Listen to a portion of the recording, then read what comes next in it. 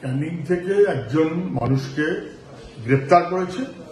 সে নাকি বাংলাদেশের নাগরিক, অথচ তার কাছে নাকি ভারতের ভোটার কার্ড আছে।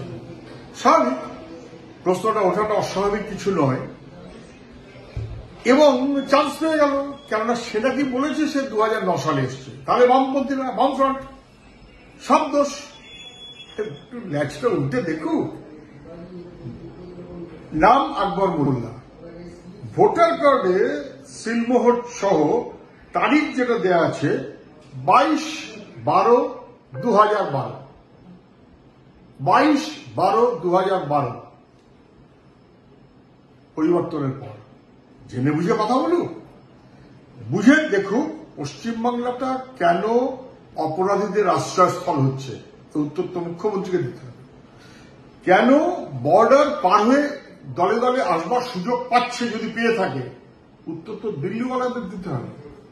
কেন বাংলা ভাষায় কথা বললে তাকে বাংলাদেশি দাগিয়ে হেনস্থা করা হচ্ছে, এর উত্তর তো দিল্লি রাজ্য সবাইকে দিতে হবে। অযথা চান্স পেলাম, বলে দিলাম, বাজার গরম করাটা কাজের কথা না। 22/12/2012 তখন পরিবর্তনের পর তৃণমূলের সরকার।